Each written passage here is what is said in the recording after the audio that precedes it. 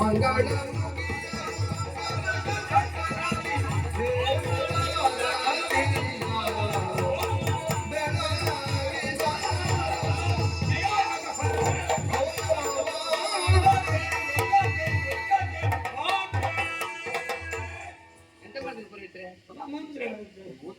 ನಿಜವಾಗಿ ಎಂತ ಮಾಡಿದ್ರೆ ಅಂತ ಮಂತ್ರಕ್ಕೆ ನೀವು ಏನ್ ಮಂತ್ರ ಕೇಳಬಾರ್ದು, ಕೇಳಿ ಅದರಿಂದ ದೋಷ ಉಂಟು. ಇನ್ನು ಎಂತ ಕಾರ್ಯಕ್ರಮ ಇನ್ಯಾರು ಎಲ್ಲಿ ಅಂತ ಹೇಳಿದ್ರೆ ಅದು ಹಿರಿಯರೊಬ್ಬರು ಹೇಳ್ತಾ ಇದ್ದಾರೆ, ಎಷ್ಟೇ ಗಡಿಬಿಡಿ ಮತ್ತೆ ಮಾಡಿ ಕ್ರಮ ಬಿಡ್ಲಿಕ್ಕೆ ಬರುದಿಲ್ಲ. ಬ್ರಹ್ಮ ಪ್ರಸಾದ ಪುರೋಹಿತರಿಂದ ಹುಡುಗರು ಒಂದು ಪೀಠ ಧರಿಸಲೇ ಇಲ್ಲಿ ನೋಡು ಮಾರಾಯ, ಇಲ್ಲಿ ನೋಡು, ಇದು ನನಗೆ ಅಪ್ಪನಿಗೆ ಮಾಡಿದಂತ ಸನ್ಮಾನ. ಇದು ಶಾಪ್ ಉಂಟಲ್ಲ, ಇದು ಪಟ್ಟೆ ಪಟ್ಟೆ, ಇದು ಒಂದು 25 ಹೊಟ್ಟೆ ಇಟ್ಟೆ, ಇದನ್ನು ಕೈ ಬಿಟ್ಟೆ. ಮಳೆಗಾಲದಲ್ಲಿ ಚಳಿಯಲ್ಲಿ ಬಿದ್ದು ನಾನು ಕೆಟ್ಟೆ, ಆದ್ರೂ ಇದನ್ನು ಕೊಡ್ಲಿಲ್ಲ, ಅದು ಮರ್ಯಾದೆಯನ್ನು ಬಿಟ್ಟೆ.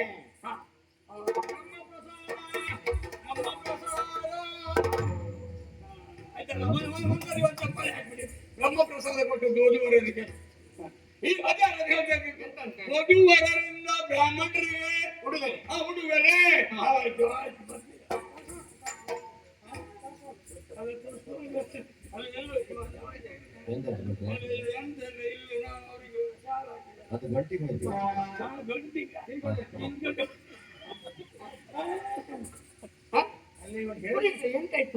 ಶಬ್ದ ಹೇಳಿದ್ರಿ, ಈಗ ಹೌದಿರ್ತಾರೆ ಇದು ಮುಂದೆ ಬರ್ತದೆ, ಇಷ್ಟು ಬೇಗ ಬರ್ತದೆ ನನಗೂ ಗೊತ್ತಿಲ್ಲಪ್ಪ.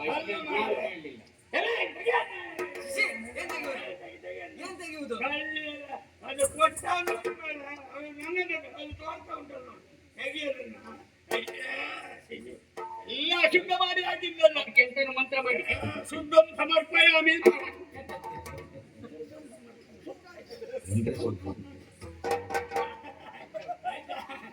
ಶುದ್ಧ ಹಾಗೆ ಇನ್ನು ಓದುವವರು ಹೇಳ್ಬೋದು.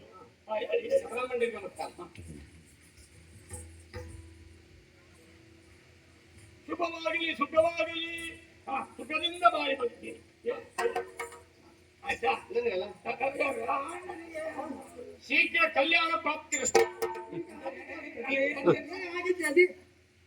ಇಲ್ಲ ಆಗಿದ್ದೇನೆ ಗೊತ್ತೇನೆ, ದೊಡ್ಡ ಶಬ್ದ ನೀನು ಬಿಸಾಡದೆ ಆಯ್ತದಲ್ಲ. ಕಲ್ಯಾಣ ಅಂದ್ರೆ ತಪ್ಪೇ, ಮದುವೆ ಕಲ್ಯಾಣ ಎಲ್ಲ ಒಂದೇ. ಅಂದ್ರೆ ಜೀವನದಲ್ಲಿ ಶ್ರೇಯಸ್ಸಾಗಲಿ, ಶ್ರೇಯಸ್ಸಾಗಲಿ, ಒಳ್ಳೆಯದಾಗಲಿ. ಮತ್ತೆ ಗುರುವಿಗೆ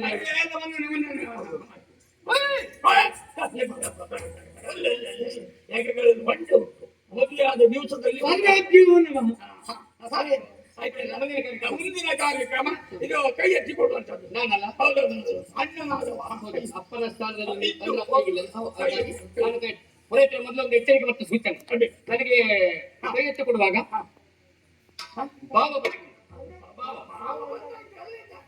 ಭಾವನೆ ಭಾವನೆ, ಹಾಗಾಗಿ ಮತ್ತೆ ಇಲ್ಲಿ ಮಾತಾಡ್ಲಿಕ್ಕೆ ಬಾವೆ ನನಗೆ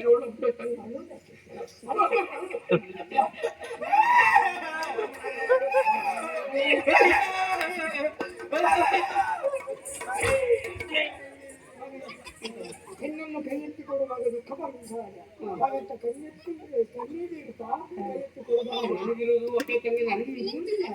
ಅಲ್ಲ ಗೊತ್ತಾಯ್ತು, ಅದು ಸಂತೋಷ.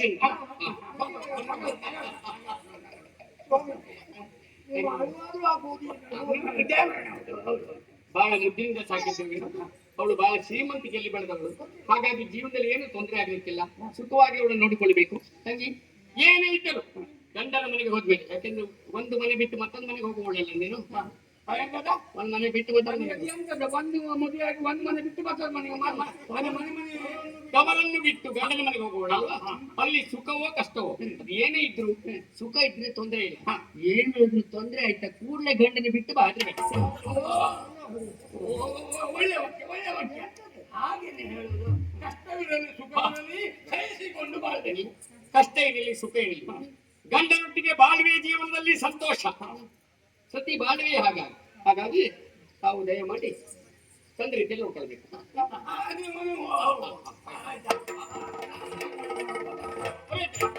ಅಂತೂ ಒಳ್ಳೆ ರೀತಿಯಲ್ಲಿ ಊಟ ಮಾಡಿಸಿಕೊಡ್ತೀರಿ. ಮತ್ತೆ ಸಿಗ್ತೇನೆ ಅಂದೆ.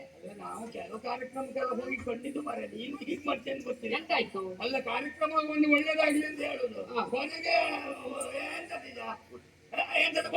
ಗೊತ್ತಾಯ್ತು ಗೊತ್ತಾಯ್ತು. ಮತ್ತೆ ಯಾವ ಬ್ರಾಹ್ಮಣರು ಬೇಸರ ಮಾಡ್ಕೊಳ್ಬಾರ್ದು, ದಕ್ಷಿಣೆ ಕೊಡುವುದಕ್ಕೆ ನಾನು ಮದುವೆ ಮಾಡಿಕೊಂಡು ಹೊಸ್ತ ಅಲ್ವಾ, ಅದೇ ನೀವು ನೋಡುದಿಲ್ಲ, ಅದೇ ವ್ಯವಸ್ಥೆ ಮಾಡ್ತೀನಿ. ಬ್ರಾಹ್ಮಣರಿಗೆ ದಕ್ಷಿಣೆ ಕೊಡ್ಬೇಕು. ನೀನು ಒಂದು ಮುಷ್ಟಿಯಲ್ಲಿ ಕೊಟ್ಬಿಟ್ರೆ ನಮ್ಮ 3 ತಿಂಗಳು ಬೇಕಾದ್ರೆ ಆದರ್ಸ್ಕೊಳ್ಳಿಕ್ಕೆ ಆಯ್ತಾ? ಮುಷ್ಟಿ ಕಟ್ಟಿ ಅಯ್ಯೋ ಪುರೈತ್ರೆ, ನಿಮ್ಗೆ ಲೆಕ್ಕಾಚಾರ ಇಲ್ಲ ಈ ವರ್ಷ. ನಮಗೆ ಲೆಕ್ಕಾಚಾರ ಮಾಡಿ ಕೊಡುವುದಲ್ಲ, ಹಚ್ಚುವುದು ಬಿಗಿದು ಕೊಡುದು, ಹಚ್ಚುವುದು ಬಿಗಿದು ಅಂತ ಕಡಿಮೆ ಆಯ್ತಾ? ನಮ್ಮ ಅಪ್ಪಯ್ಯ ಹೂವಿಸಕ್ಕೆ ಕೊಪ್ಪರಿಗೆ ಹಂಚಿಬಿಡಿ. ಚಿತ್ರಂತೆ ಹಳೆ ಕಾಲದ ದೊಡ್ಡ ದೊಡ್ಡ ಕೊಪ್ಪರಿಗೆ ಒಬ್ಬರಿಗೆ ಕಿತ್ತ ಮೇಲೆ ಹೊಂಡೆ ಬೀಳ್ತದೆ. ಹೊಂಡೆ ಯಾರಲ್ಲಿ ಕೊಪ್ಪರಿಗೆ ಕಿತ್ತ ಮೇಲೆ ಹೊಂಡೆ ಬೀಳ್ತದೆ. ಬ್ರಾಹ್ಮಣರು ಊಟ ಮಾಡಿ ಬರುವಾಗ ಗಡಿಬಿಡಿಯಲ್ಲಿ ಹೊಂಡೆಲ್ಲಿ ಬಿದ್ದಾರು, ಮಣ್ಣು ಹಾಕ್ಬಿಡ್ತಾರೆ. ಬ್ರಾಹ್ಮಣರು ಮಣ್ಣು ಹಾಕಿ ಮುಟ್ಟುದಲ್ಲ, ಹೊಂಡಿಗೆ ಹಾಕುದಲ್ಲ, ಮಳೆ ಬದಿಯಲ್ಲಿ ಅಂತ ಇದು ಮಾಡುದು. ಊಟ ಮಾಡಿ ಬರುವಾಗ ಗಡಿಬಿಡಿಯಲ್ಲಿ ಹೊಂಡೆಲ್ಲಿ ಬಿದ್ದಾರೆ, ಬರುವ ಮಣ್ಣು ಹಾಕಿ ಮುಚ್ಚಿ. ಶಾಸ್ತ್ರಕ್ಕೆ ಶಾಸ್ತ್ರಕ್ಕೆ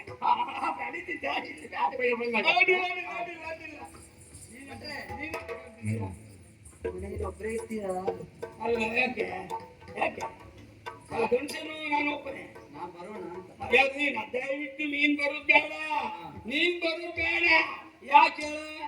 ನಾ ಜಾತಕ ತೋರ್ಸ್ಲಿಕ್ಕೆ ಬರ್ಬೋದು. ನಾನು ಬರ್ತೇನೆ ಮನೆ ಬಾ.